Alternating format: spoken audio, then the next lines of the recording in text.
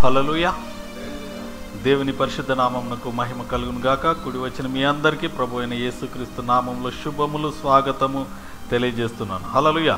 ఈ సాయంకాల సమయంలో మనము దేవుని యొక్క వాక్యాన్ని మనము క్లుప్తంగా విందాము. దేవునికి స్తోత్రము కలుగును గాక. గత సిరీస్లో మనము మాట్లాడే దేవుడు ఆయన స్వరాన్ని మనకు వినిపిస్తున్నాడు అని చెప్పేసి గత మనం కొన్ని రోజులుగా మనము ధ్యానించుచూ ఉన్నాం. అయితే ఆ యొక్క సిరీస్లో మనం ఈ దినం ప్రత్యేకంగా మన శత్రువు అయినటువంటి అపవాది కూడా మాట్లాడతాడు. హల్లెలూయా. అలాగే మానవులు కూడా మాట్లాడతారు. హల్లెలూయా. అలాగే మన ఆత్మ కూడా మనతో మాట్లాడుతుంది. హల్లెలూయా. ఇవన్నీ కూడా క్లుప్తంగా మనం ధ్యానించుదాం. క్లుప్తంగా ధ్యానించి మనం ఈ స్వరాలను గుర్తించాలి. హల్లెలూయా. ఏ స్వరము మనము వింటున్నాం. మనమైతే గతంలో మన ఆదివారం నాడు చూసినాము 5 రకాలుగా ప్రభువు మాట్లాడతాడని. అయితే ఇంకా 5 రేపు వచ్చే ఆదివారంలో ధ్యానిస్తాం. కానీ ఈ మధ్యలో మనకు ఈ శుక్రవారం నాడు అపవాది యొక్క స్వరము, అలాగే మానవుల స్వరము, అలాగే మన స్వరము మనతో కూడా మాట్లాడుతుంది. వీటిని మనము క్లుప్తంగా మనము ధ్యానిస్తే ఏ స్వరము మనతో మాట్లాడుతుంది అనేది మనం గమనిస్తాం. హల్లెలూయా. గమనించి ఈ స్వరము ప్రభువుదేనా, ఏ స్వరము నాతో మాట్లాడుతుంది, ఏ స్వరానికి నేను స్పందించాలి, నేను రియాక్ట్ కావాలి. హల్లెలూయా. అన్నిటికీ రియాక్ట్ అయితే ప్రమాదంలో పడే ఆస్కారం ఉన్నది. కాబట్టి మనం ప్రమాదంలో పడకుండా మనం ఏం చేయాలని, స్వరాన్ని గుర్తించాలి. హల్లెలూయా. గుర్తించాలా లేదు?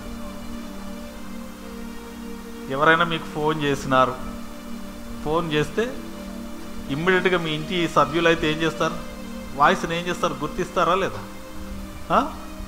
గుర్తించి పేరు పెట్టి పిలుస్తారు. ఎవరు మాట్లాడుతున్నారో మీకు అర్థమవుతుంది. కానీ ఒక తెలియని వ్యక్తి మీతో మాట్లాడుతున్నాడు. ఈ వ్యక్తి ఎవరు మీరు అని ముందుగా అడుగుతాం మనం. మీ మాటల సంభాషణ మొదలు పెట్టక మునిపే ఆ ఎదుటి వ్యక్తి, మాట్లాడే వ్యక్తి ఎవరు అని చెప్పేసి తెలుసుకుంటారు. తెలుసుకున్న తర్వాతనే మాట్లాడతారు, లేకపోతే మాట్లాడరు. ఎవడో రాంగ్ నెంబర్లే, ఎవరు కావాలి నీకు అని అడుగుతారు. అని చెప్పేసి ఇది రాంగ్ నెంబర్ అండి, సారీ అని చెప్పేసి పెట్టేస్తాం. అలాగే నీతో మాట్లాడే స్వరము ఏ స్వరము అని నువ్వు ముందుగా గుర్తించాలి. ఈ గుర్తింపు చాలా అవసరం. హల్లెలూయా. అయితే మీ పిల్లలు దబ్బున అమెరికాలో ఉన్న, లండన్లో ఉన్న, అంటార్కిటికాలో కూడా ఉన్న, అక్కడ నుండి ఫోన్ చేసినా మీరు ఆ స్వరాన్ని గుర్తుపడతారా లేదా? గుర్తుపడతారు. గుర్తుపట్టి అమ్మ బాగున్నావా, అయ్యా బాగున్నావా, ఎలా ఉన్నావురా అని చెప్పేసి బాబుతో పాపలతో మనం మాట్లాడుతూ ఉంటాం. అలా స్వరాన్ని గుర్తుపడితే మనం స్పందిస్తాం. అయితే నీతో మాట్లాడే స్వరము ఏదో నువ్వు గుర్తించకపోతే మనము మాట్లాడలేము. కాబట్టి ఈ లోకంలో మనతో మాట్లాడేటువంటి ఈ యొక్క మానవుల స్వరం మన వాళ్ళ స్వరమే కాకుండా ఇక్కడ చూసినట్లయితే ప్రాముఖ్యంగా దేవుడు మాట్లాడతాడు, అపవాది మాట్లాడుతుంది, అలాగే మానవులు మాట్లాడతారు, ఇంకొకటి మన ఆత్మ మనతోనే మాట్లాడుతుంది. హల్లెలూయా. హల్లెలూయా. మన ఆత్మ మనతో మాట్లాడేది కూడా మనం కొద్దిగా ధ్యానించుదాం. అవుట్లైన్గా టచ్ చేస్తాను నేను. ఈ దినము మనము సాతాను యొక్క స్వరాన్ని, అలాగే మానవ స్వరాన్ని మనం ఎలాగూ గుర్తించాలి. హల్లెలూయా. ఈ గుర్తించడంలో అనేకమైనటువంటి, ముందుగా ఒక్కసారి చూడమ్మా 103వ కీర్తన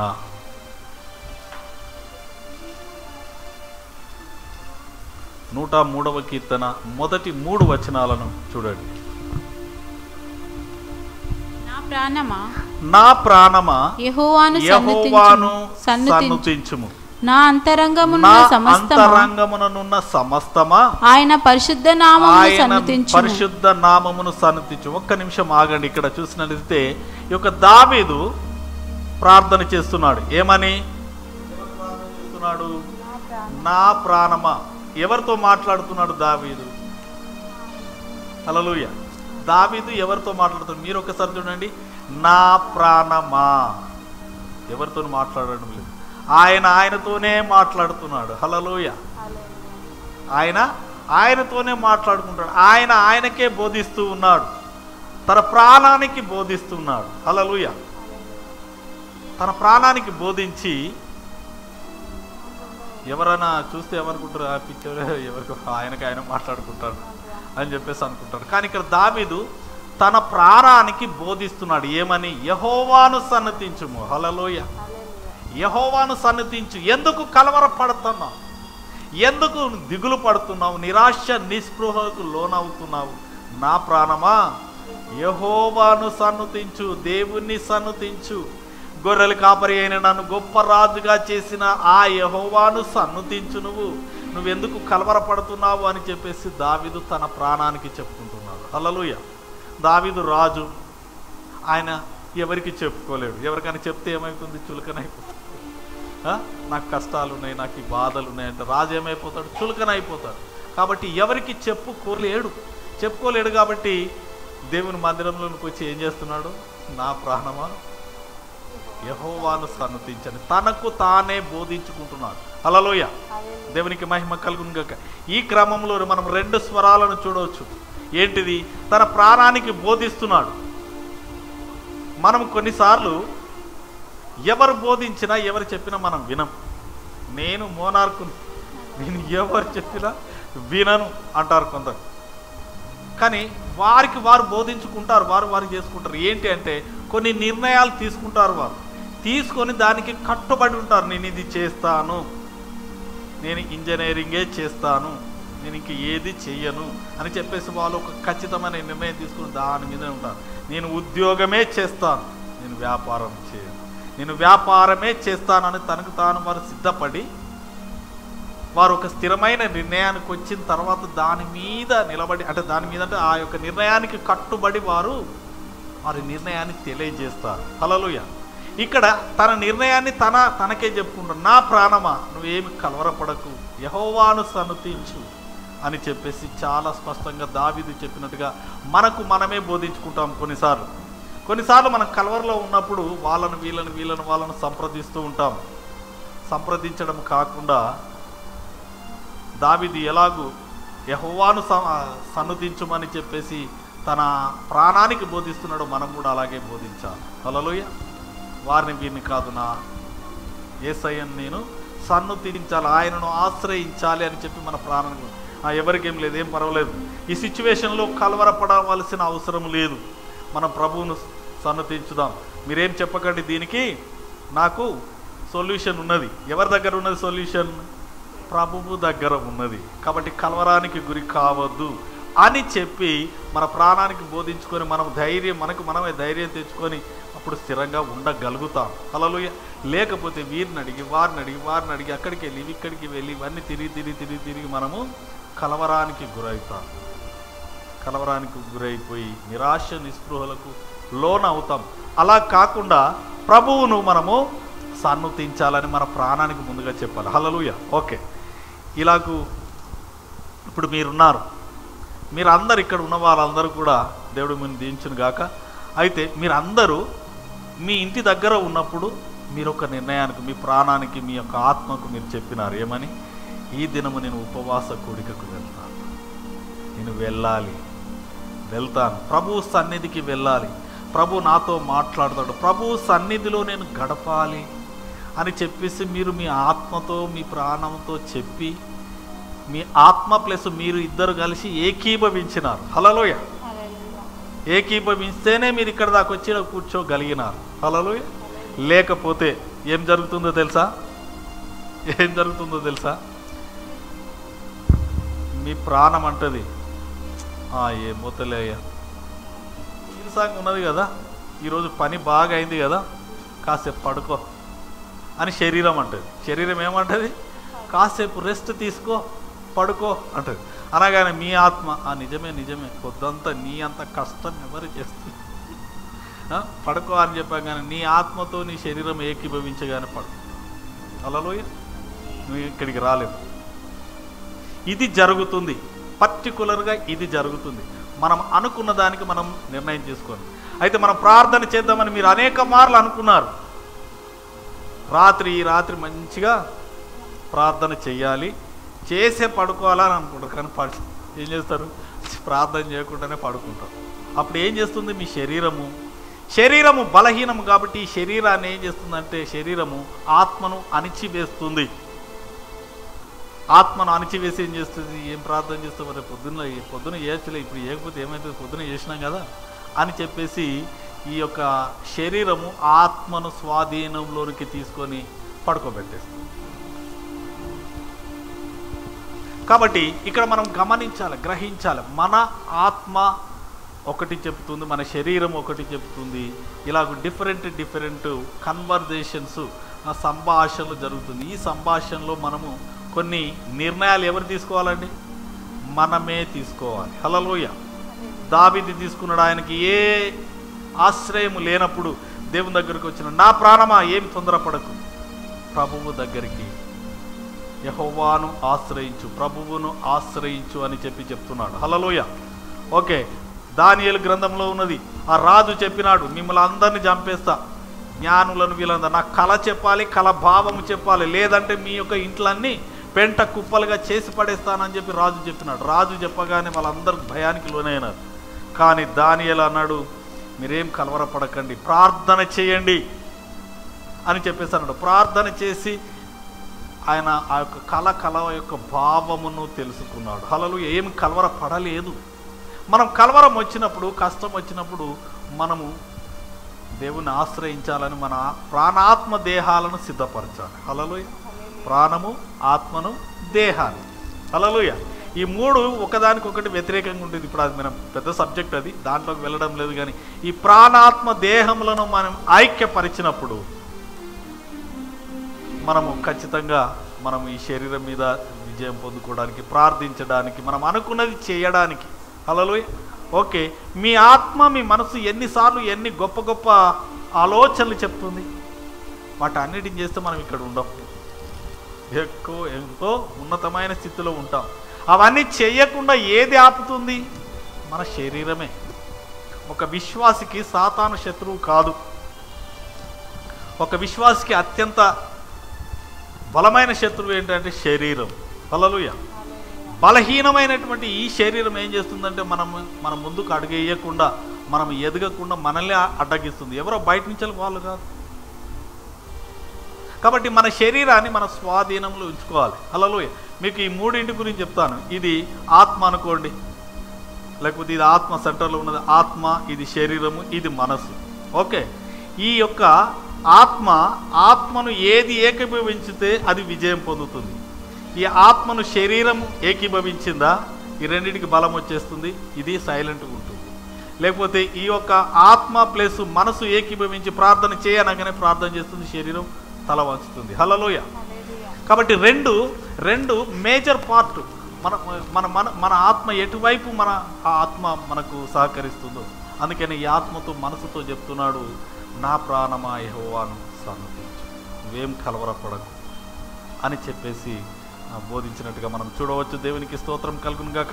ఇక్కడ మనతో మన స్వరము మానవ స్వరమే వినిపిస్తుంది. ఇక్కడ చూడండి, ఇంకా చూడమ్మా, యెహోవాను సన్నతించుము, నా అంతరంగమునున్న సమస్తమా ఆయన పరిశుద్ధ నామమును సన్నతించుము. నా ప్రాణమా యెహోవాను సన్నతించుము. ఆయన చేసిన ఉపకారములలో దేనిని మరవకుము. ఆయన చేసిన ఉపకారములను దేని మరవకు. గుర్తు చేసుకోవాలి. దేవుడు చేసిన మహోన్నతమైన కార్యములు ఏమున్నాయో అవన్నీ లిస్ట్ అవుట్ తెచ్చుకోవాలని. మనకు సమస్య వచ్చినప్పుడు ఏదైనా గుర్తుకొస్తుందండి? ఏం గుర్తుకురా. ఆ సమస్య ముందు పెద్ద సింహంలా, ఏనుగులా, గొలియాతులాగా నిలబడగానే అన్నీ మర్చిపోతాం, దేవుణ్ణే మర్చిపోతాం. ఇంకా దేవుడు చేసిన ఉపకారాలను మనము ఎప్పుడు జ్ఞాపకం చేసుకోం. కాబట్టి ఇక్కడ ఏమంటున్నాడంటే ప్రాణంతో చెప్తున్నాడు. అలాగే మరి ఒకసారి అంటున్నాడు, నా ప్రాణమా యెహోవాను సన్నతించుము, ఆయన చేసిన ఉపకారములను, దేవుడు గతములో చేసిన అద్భుత ఆశ్చర్య కార్యాలను ఒక్కసారి గుర్తు చేసుకో. నువ్వు కలవరపడవు. గుర్తు చేసుకోకపోతే మనం కలవరానికి లోనవుతాం. ముందుగా మనము మన ఆత్మతో మనము బోధించాలి, మన ఆత్మకు బోధించాలి. హల్లెలూయా.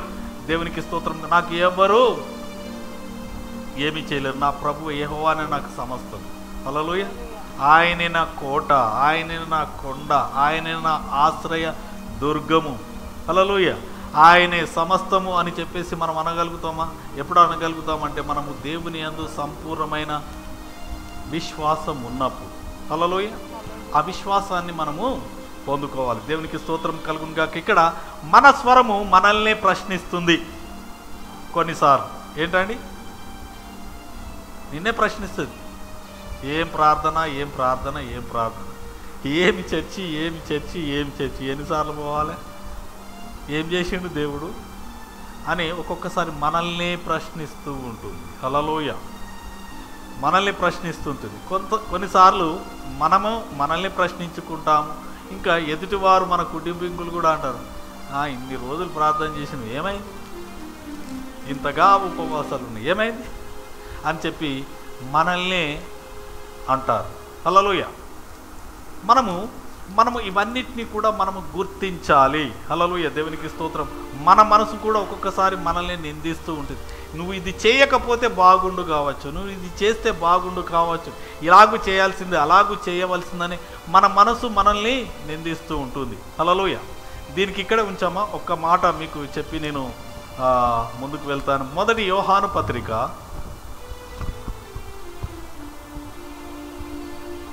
2వ అధ్యాయము. 2వ అధ్యాయంలో అద్భుతమైనటువంటి మాట ఉన్నది. 3వ అధ్యాయం 19వ వచనం. మొదటి యోహాను 3వ అధ్యాయము 18, 19, 20, 21 చదవండి. లేకపోతే 21 చదవండి. ప్రియులారా మన హృదయము ఎవరట? మన హృదయము మన యందు దోషారోపణ చేయని ఎడల దేవుని ఎదుట ధైర్యము గల వారమగుదుము. ఇక మరొకసారి చదవండి. మన హృదయము మన యందు దోషారోపణ చేయని ఎడల. ఎవరు చేస్తున్నారు దోషారోపణ? మన హృదయం చేస్తుంది మన మీద. హల్లెలూయా. నువ్వు ఇది చేసినావు, నువ్వు ఇది చేసినావు, ఎవరో చెప్పడం లేదు. నీ భర్త ఇట్లా అంటాడు, భార్య ఇట్లా అంటుంది, పిల్లలు ఇట్లా అంటున్నారు, పక్కింటి వారు, ఎదుటింటి వారు, వారు వీరు ఎవరు కాదు, ఎవరో అనడం కాదు. ఎవరంట? మన హృదయము మన యందు దోషారోపణ చేయని ఎడల. హల్లెలూయా. దోషారోపణ చేస్తుంది అంటే మన మనసు మాట్లాడుతుందా లేదా? మన హృదయం మాట్లాడుతుందా లేదా? తప్పు చేస్తే తప్పు వెంబడిస్తుంది. హల్లెలూయా. ఎవరికైనా డబ్బులు ఎక్కువ తక్కువ ఉన్నప్పుడు మనము ఇవ్వాల్సిన దానికంటే ఎక్కువ ఇస్తే మనం మనసు ఉంటుంది, నేను ఎక్కువ ఇచ్చిన అనుకుంటాను. లేకపోతే వాళ్ళు తక్కువ తీసుకున్నారనుకోండి, తక్కువ తీసుకుంటే అమ్మ లాభపడ్డయ్యాలా, 10 రూపాయలు చెప్పిన 5 రూపాయలే తీసుకున్నాడు అని చెప్పేసి అంటే 5 రూపాయలు ఆయన 5 రూపాయలు అంటే 10 రూపాయలు అంటే 5 రూపాయలు ఇచ్చినాం, 5 రూపాయలు ఇచ్చిన మన మీద నేరారోపణ చేస్తుంది, మనల్ని నిందిస్తూ ఉంటుంది, మనం చేసిన పొరపాటుని ఎత్తిపెట్టి చూపిస్తుంది. ఏంటిది అది? మన హృదయం. హల్లెలూయా. మన హృదయం మాట్లాడుతుందా లేదా? మాట్లాడుతుందండి. హల్లెలూయా. మన హృదయం మాట్లాడుతుంది, మనము మాట్లాడుతాం. ఇక 2 సబ్జెక్టులు మీరు జాగ్రత్తగా గమనించాలి. హల్లెలూయా. మన హృదయము మాట్లాడేది వేరు, మనము మన హృదయంతో మాట్లాడేది వేరు. కాబట్టి జాగ్రత్తగా గమనించండి. దేవునికి స్తోత్రం కలుగును గాక. ఈ క్రమంలో ఇక్కడ దావీదు కూడా ఏమంటున్నాడు? నా ప్రాణమా యెహోవాను సన్నుతించు అని చెప్పేసి ప్రాణానికి బోధిస్తున్నాడు. నువ్వేమీ కలవరపడకు. దావీదు ఒక్కడే ఒంటరిగాడు, అరణ్యంలో గొర్రెలను మేపుకునేవాడు, దేవుని మీద విశ్వాసం ఉంచినాడు. అలాంటి వాణ్ణి దేవుడు పిలుచుకొని అభిషేకించి గొప్ప రాజుగా చేసినాడు. ఆయన ఎక్కడికి వెళ్తే అక్కడ గొప్ప విజయాలను ఇచ్చిన దేవుని మరచిపోలేదు. అందుకని దావీదు ఎందుకు ఇష్టానుసారమైన వాడంటే ఏ ప్రాబ్లం వచ్చినా పరిగెత్తుకొని దేవుని దగ్గరికి వచ్చేవాడు, ఎవరి దగ్గరికి వెళ్ళేవాడు కాదు. ఆ క్రమంలోనే ఆయన పాపం చేసినప్పుడు కూడా ఆ పాపంలోనే ఉండలేదు. నాతాను ప్రవక్త వచ్చి, అయ్యా నువ్వు ఇలాగ చేసినావు, ఇది మంచిది, దేవుని దృష్టిలో మంచిది కాదనగానే ఇమ్మీడియట్గా పశ్చాత్తాపపడి క్షమాపణ పొంది దేవుని వైపు తిరిగినవాడు. అందుకే దేవునికి ఇష్టమైన వాడుగా ఉన్నాడు. హల్లెలూయా. కాబట్టి ఈ యొక్క పశ్చాత్తాపంతో ఆయన వచ్చినాడు కాబట్టి దేవుడు అతన్ని బాగా ప్రేమించినాడు. దేవునికి స్తోత్రం కలుగును గాక. అలా కొన్నిసార్లు మన హృదయం మనకు చెప్తుంది, మనం ప్రార్థన చేయాలనుకుంటాం కానీ చెయ్యలేకపోతూ ఉంటాం. ఈ ఆటంకాలన్నిటిని మనం గమనించాలి. హల్లెలూయా. దేవుడు ఏదని చెప్పినాడు నీ హృదయంలో వచ్చింది అంటే మనం ముందు మనం ధ్యానిస్తాం. ఆదివారం నాడు ఇంకా క్లుప్తంగా ధ్యానిస్తాము. నువ్వు ప్రార్థన చేయాలన్నప్పుడు ప్రభువు చెప్పినట్టు నువ్వు ప్రార్థన చేస్తే నీ ప్రార్థనకి ఇలా సెకండ్ల మీద నిమిషాల మీద నీకు జవాబు వస్తుంది. హల్లెలూయా. కానీ ఆ యొక్క ప్రార్థన చేయకుండా అడ్డగిస్తుంది సాతాను. దేవునికి స్తోత్రం కలుగును గాక. ఇలాగ మనం చూసినట్లయితే మన హృదయము మనతో మాట్లాడుతుంది, మనము మన హృదయంతో మాట్లాడతాం. ఓకే, ఇంకొకటి చూడండి. ఇక్కడ లూకాసు వార్తకు రండమ్మా. లూకాసు వార్తలో ఒక సందర్భం ఉంటుంది, 12వ అధ్యాయం. ఇక్కడ ఒక ధనవంతుడు తన ప్రాణంతో చెప్తున్నాడు. 16వ వచనం చూడండి, 12వ అధ్యాయం లూకాసు వార్త. మరియు ఆయన వారితో ఈ ఉపమానం చెప్పెను. ఒక ధనవంతుని భూమి సమృద్ధిగా పండెను. అప్పుడతడు ఆ పంట సమకూర్చుకొనుటకు నాకు స్థలము చాలదు గనుక నేనేమి చేతునని అతనితో తనలో తాను ఆలోచించుకొని నేను ఇలాగు చేతును నా కొట్లు విప్పి వాటికంటే గొప్ప వాటిని కట్టించి అందులో నా ధాన్యమంతటిని నా ఆస్తిని సమకూర్చుకొని నా ప్రాణముతో ఇక్కడ చూడండి, ఇక్కడ ఒక ధనవంతుడు ఉన్నాడు. ఆ ధనవంతుడు మంచి ఐశ్వర్యవంతుడు, ఆయనకు పొలాలు కూడా ఉన్నాయి. ఈ పొలాల ద్వారా వచ్చేటువంటి అనేకమైనటువంటి పంటను సమకూర్చుకుంటున్నాడు. కానీ ఆ సంవత్సరము దేవుడు అధికంగా దీవించినాడు. ఎలా దీవించినాడు? ఇప్పుడు ఆయనకు ఉన్నటువంటి ఆ కొట్టములు కానీ కొట్లు కానీ సరిపోవడం లేదు. ఎలా ఉన్నది? ఆ స్థలము చాలదట, స్థలమే చాలదట. కొట్లు పక్కకు పెట్టండి, అక్కడ చూస్తే స్థలము చాలనంతగా దేవుడు దీవిస్తున్నాడు. దేవుడు దీవించదని అంటారు అందరు. నో, దేవుడు బహుగా దీవిస్తాడు. ఇక్కడ చూసినట్టు నాకు స్థలము చాలదు గనుక, స్థలము చాలనంత పంట దేవుడు ఇచ్చినాడు. ఇచ్చిన తర్వాత ఏమంటాడు? నా కొట్లు విప్పి వాటికంటే గొప్ప వాటిని కట్టించి అందులో నా ధాన్యమంతటిని ఆస్తిని సమకూర్చుకొని అప్పుడు ప్రాణంతో చెప్తున్నాడు, అబ్బబ్బబ్బ ఎంత పంట పండింది నా ప్రాణమా. ఇంతకుముందు అయితే సంవత్సరం అయితే సరిపోయేది కావచ్చు, సంవత్సరము తినడానికి సరిపోయేది కావచ్చు. కానీ ఇప్పుడు 10 సంవత్సరాలు 20 సంవత్సరాలకు సరిపడేనంత ధాన్యము సమకూర్చబడ్డది. ఇక అప్పుడు ఎంత ఇక చాలు, ఎంత ఆస్తి అని చెప్పేసి అనుకొని ఏమంటున్నాడు అంటే, నా ప్రాణముతో ప్రాణమా అనేక సంవత్సరములకు, ఒక్క సంవత్సరం కాదు అనేక సంవత్సరములకు విస్తారమైన ఆస్తి నీకు సమకూర్చబడి ఉన్నది.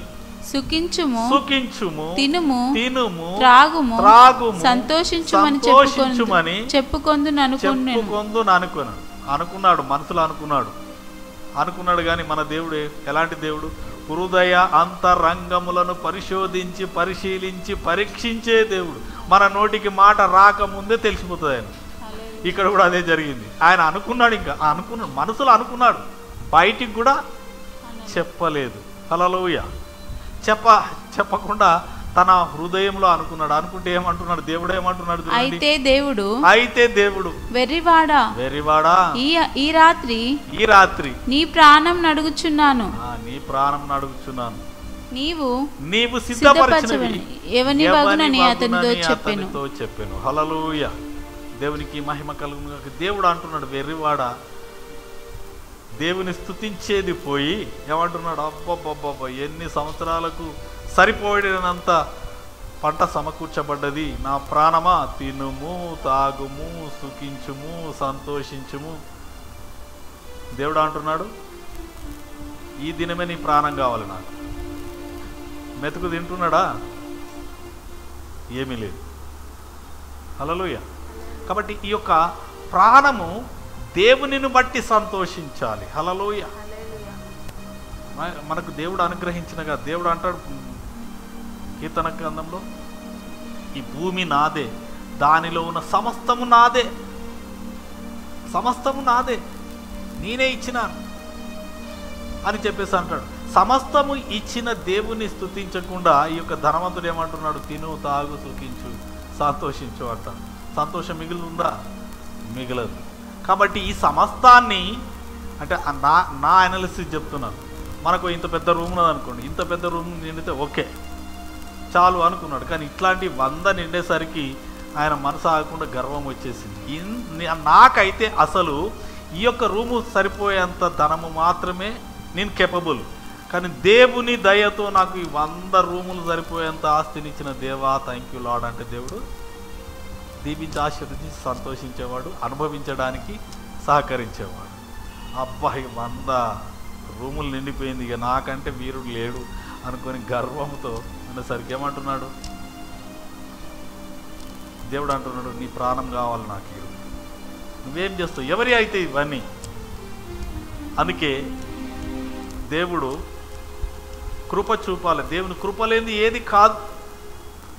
ఒక వ్యక్తి ఆహారం సమకూర్చుకోవడానికి దేవుని కృప కావాలి, అలాగే వండుకోవడానికి, తినడానికి, ఈ యొక్క ముద్ద నోట్లో పడడానికి, పడ్డ ముద్ద గొంతుకల నుండి కిందికి దిగడానికి, కిందికి దిగిన తర్వాత కడుపులో అరగడానికి, అరిగింది సరిగా మోషన్ పోవడానికి కూడా ఇప్పుడు దేవుని కృప కావాలి. అన్ని కష్టాలు ఉన్నాయి. హల్లెలూయా. పంట పడగానే కాదు, పంట పడగానే కదా ఎగిరి గంతులు వేసినామా, ఇంకెంతో ప్రాసెస్ ఉన్నది వెనక. కాబట్టి సమస్తము దయచేసిన దేవాది దేవుని అందే మన యొక్క సంతోషము, ఆనందం ఉండాలి. ప్రభువా, నీ వల్లనే నాకు ఇదైంది, అందుకనే నేనేమై ఉన్నానో అది నీ కృపనే ప్రభువా. 100 ఇచ్చినావా? ఓకే. 1 ఇచ్చినవా? ఓకే ప్రభువా, సమస్త ఘనత నీకే. హల్లెలూయా. ఫిలిప్పీ పత్రిక 4వ అధ్యాయంలో ఉంటుంది, నేను ఏ స్థితిలో ఉన్నా కూడా సంతృప్తి కలిగి ఉండ నేర్చుకున్నాను. హల్లెలూయా. పౌలు భక్తుడు ఒక గొప్ప ఉన్నతమైన స్థితిలో నుండి వచ్చిన వాడు. ఆయనకు అన్నం కూడా దొరకని పరిస్థితి వచ్చింది, అప్పుడు దేవుని తిట్టలేదు. హల్లెలూయా. సమృద్ధిగా ఉన్న స్థితి వచ్చింది, అప్పుడు దేవుణ్ణి సంతోషంతో చేసి ఇంత ఇచ్చినవా ప్రభువా అని చెప్పేసి అని అనలేదు. హల్లెలూయా. ఏది ఇచ్చినా సంతృప్తి కలిగి ఉన్నాడు. చాలు ప్రభువా, నేనేమై ఉన్నానో అది నీ కృపనే, నేనున్న స్థితిలో నాకు సంతృప్తి కలగజేసినావు ప్రభువా అని చెప్పేసి కలిగిన దానిని బట్టి కాదు, కానీ దేవుని బట్టి తృప్తి కలిగి ఉండాలి. హల్లెలూయా.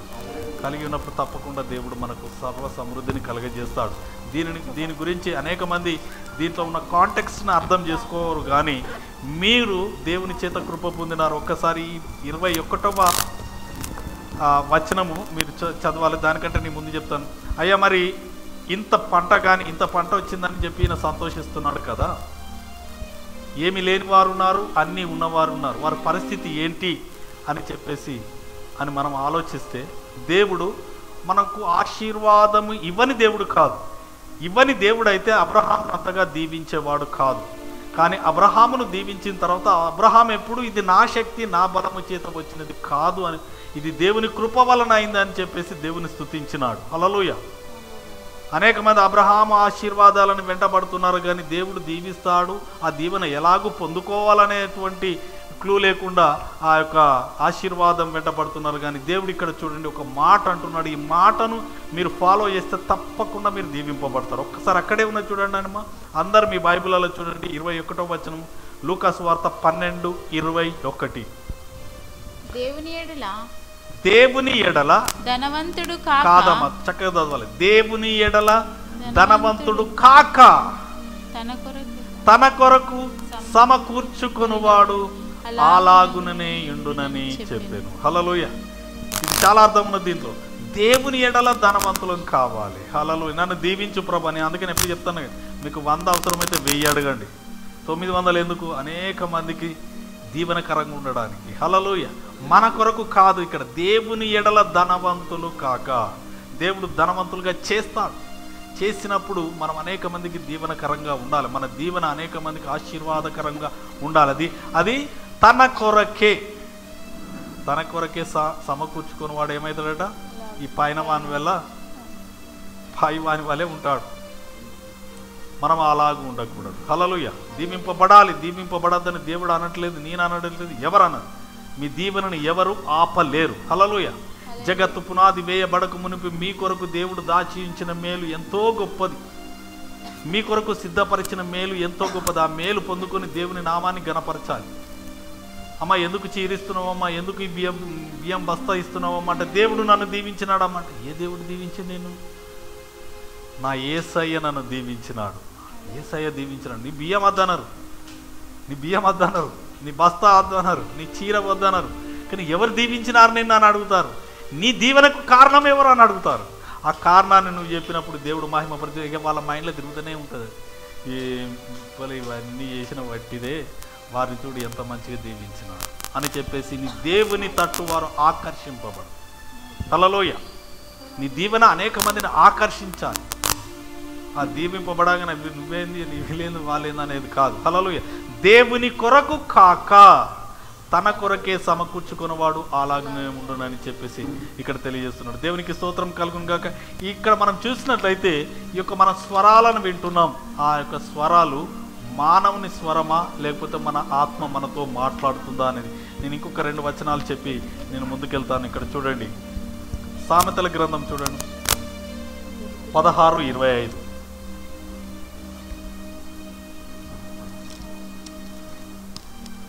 సామెతలు 16:25.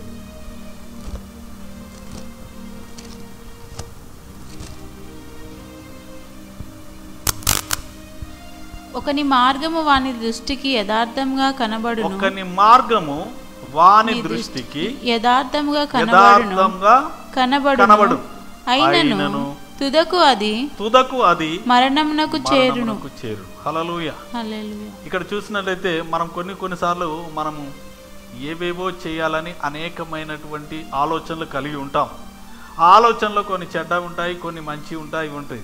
అయితే చాలా మటుకు చూస్తే ఈ చెడ్డవి ముందుగా పరిగెత్తుకొని వస్తాయి మన దగ్గరికి, వచ్చి మనల్ని ఆకర్షిస్తాయి. ఇమ్మీడియట్ షార్ట్ కట్ బ్లెస్సింగ్స్ అని చెప్పేసి మనల్ని ఏం చేస్తుందంటే మనల్ని గోతిలో పడవేస్తాయి. మనల్ని ఎక్కడ నడిపిస్తుందట? మరణానికి నడిపిస్తాయి. అది మనల్ని త్రోసి వేస్తాయి. ఆ యొక్క దీవెనలో వచ్చేదేమో కానీ మనల్ని తీసుకుని పోయి ఆ యొక్క నాశనంలో పడవేస్తాయి. అలాగూ ఉండకూడదు. అందుకనే మనము వివేచన కలిగి ఉండాలి. హల్లెలూయా. వివేచన కలిగి ఇది ఎక్కడికి తీసుకొని వెళ్తుంది, ఏం కాదు, ఏం పర్లేదు అని చెప్పేసి అనేటి అని డేంజర్. అలాగ ఉండకూడదు మనం. హల్లెలూయా.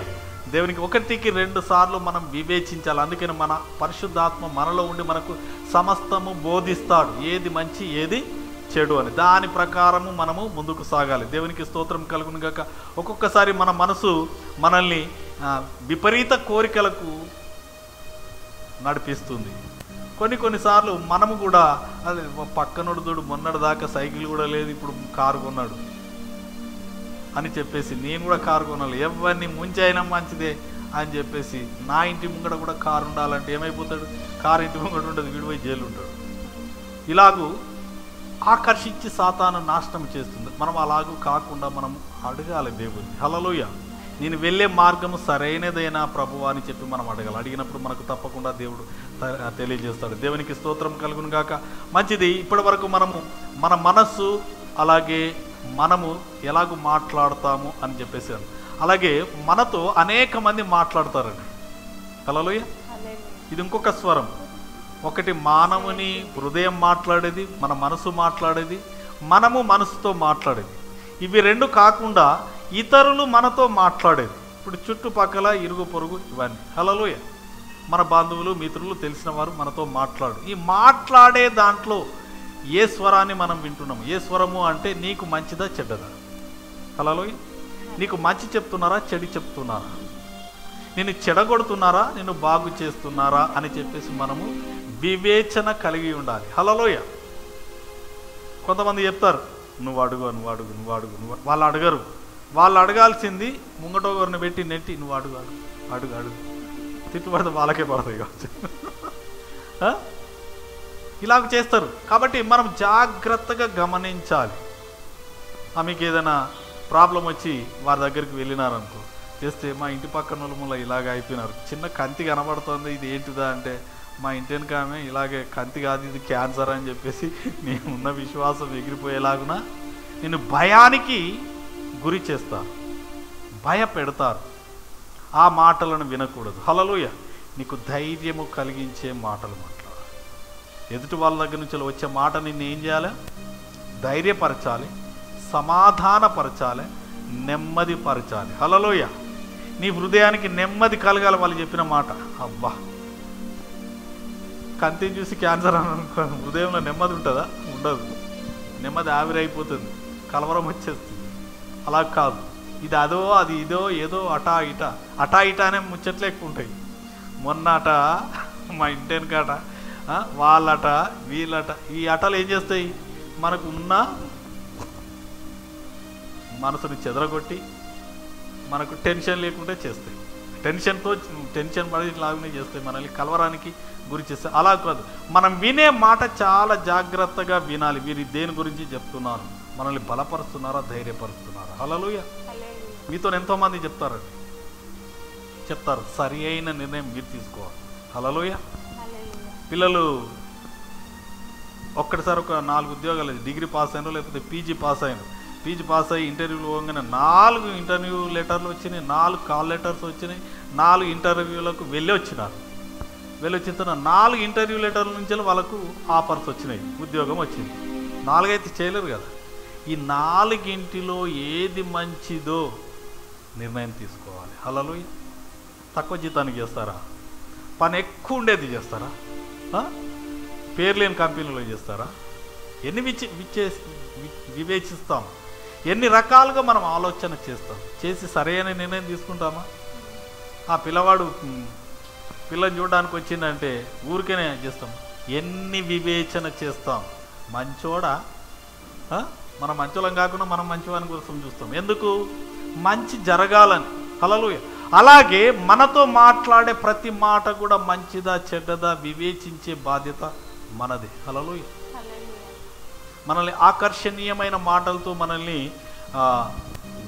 గోతిలో పడవేసే మాటలను మనము ఎంటర్టైన్ చేయకూడదు. హల్లెలూయా. దేవునికి స్తోత్రం కలుగును గాక. ఇది మానవుల యొక్క మాట. అది ఎవరి మాటలు మాట్లాడినా ఏం మాట్లాడినా కూడా మనము వాటిని లెక్క చేయకూడదు, వాటిని పక్కన పెట్టాలి. దేవునికి స్తోత్రం కలిగి. ఇక ప్రాముఖ్యమైనది మనకున్నది ఒక 5-10 నిమిషాలు కొంచెం అటు ఇటు అయినని ఇంపార్టెంట్ సబ్జెక్టు. మన శత్రువైన అపవాది కూడా మాట్లాడతాడు. ఇన్ని స్వరాలలో వీటన్నిటిలో అపవాది కూడా తన స్వరాన్ని వినిపిస్తుంది. దానిని గుర్తించాలి. హల్లెలూయా. దానిని గుర్తించకపోతే అది మనల్ని ట్రాప్లో, మనల్ని ఒక గోతిలో పడవేయడానికి చూస్తుంది. ఒకసారి చూడమ్మా, 2వ కొరింథీ పత్రిక 11వ అధ్యాయము. అపవాది ఎలాగూ మాట్లాడుతుంది, ఎలాగూ మోసం చేస్తుంది. 11:14.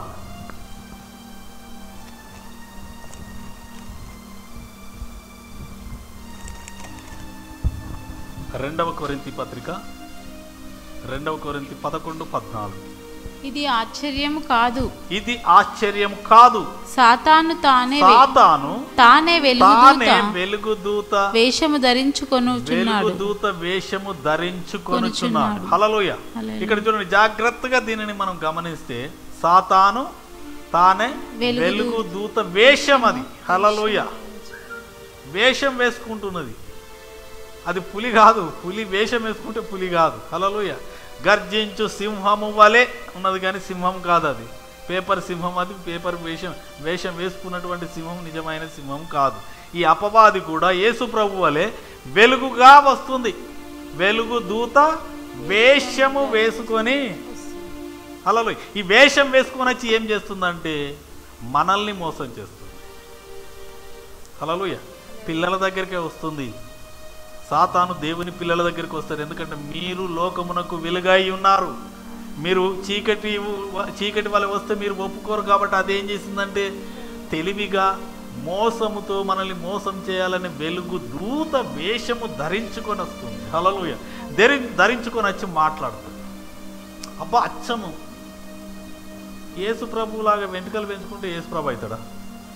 ఏమండి, యేసు ప్రభులాగా వెంట్రుకలు పెంచుకున్నాడు అనుకో, గడ్డం పెంచుకున్నాడు, అలాగే బట్టలు ధరించుకున్నాడు, యేసు ప్రభు అవుతాడా? హల్లెలూయా. చిరంజీవిలాగా ఇంకోడు బట్టలు వేసుకొని మేకప్లు వేసుకొని వస్తే చిరంజీవి అవుతాడా? కాడు. అలాగే యేసు ప్రభువు వలె వెలుగు దూత వేషం వేసుకున్నది, వేషము ధరించుకున్నది. అది ధరించుకొని వచ్చి అది ఏం చేస్తున్న మోసానికి పాల్పడుతుంది. కాబట్టి మనం ఈ యొక్క సాతాను యొక్క నడవడికలను మనం గమనించాలి. వచ్చింది ఎవరు మాట్లాడేది అని చెప్పి మనం గుర్తించాలి. అది వెలుగు దూత వేషం వేసుకొని వచ్చి ఏం చేస్తుందంటే మనల్ని మోసం చేస్తుంది. హల్లెలూయా. ఓకే, ఎలాగ మోసం చేస్తుంది ఒక్కసారి చూడండి. ఇక్కడ చూడమ్మా 11వ అధ్యాయంలో అక్కడనే 3వ వచనం. సర్పము తన కుయుక్తి చేత హవ్వను మోసపరిచినట్లు మీ మనసులను చెరపబడి. చాలా ఇక్కడ చూసినట్టు సర్పం ఎవరిని మోసం చేసింది? ఆది కాండంలో హవ్వను. ఎలాగ మోసం చేసింది? ఇది నిజమేనా అని ఏం చెప్పింది? అబద్ధము చెప్పింది. హల్లెలూయా. సాతానుకు ఒక పేరున్నది, ఏంటిది? అబద్ధికుడు, ఫాదర్ ఆఫ్ లైస్. అబద్ధమునకు జనకుడు, అబద్ధాలకు తండ్రాడు. వాడి నోటి నుంచి నిజాలు వస్తాయా? రాదు. వాడు ఎప్పుడు నిజం చెప్పాడు, ఎప్పుడు అబద్ధాలే ఉంటాయి. వాడు వచ్చి ఏం చేస్తున్నాడు? కుయుక్తి చేత హవ్వను మోసపరిచినాడు. హవ్వను మోసం చేసిన తర్వాత హవ్వ మోసపోయి ఇప్పుడు అంతా వచ్చేసింది. అయితే అదే కుయుక్తి చేత అదే సర్పమైనటువంటి సాతాను నీ మనసులను చెరుపుతుంది, మనల్ని కూడా చెరుపుతుంది. హల్లెలూయా. ఆ అవ్వ దగ్గరికి వచ్చింది, అయిపోయిందిలే, దాని పని అయిపోయిందని అనుకోవద్దు, మన దగ్గరికి కూడా వస్తుంది. హల్లెలూయా. ఎలా వస్తుంది? ఇది నిజమా? ఎన్ని రకాలుగా మోసం చేసింది చూద్దాం ఒక్కసారి. అపవాది వచ్చి ఇక్కడ మాట్లాడుతుందో, తన స్వరాన్ని వినిపిస్తుందో. ఆదికాండం 3వ అధ్యాయం రమ్మా, నీ అవుట్లైన్ చెప్తాను. ఇక్కడ చూడండి, మొదటి వచనంలో చూసినట్లయితే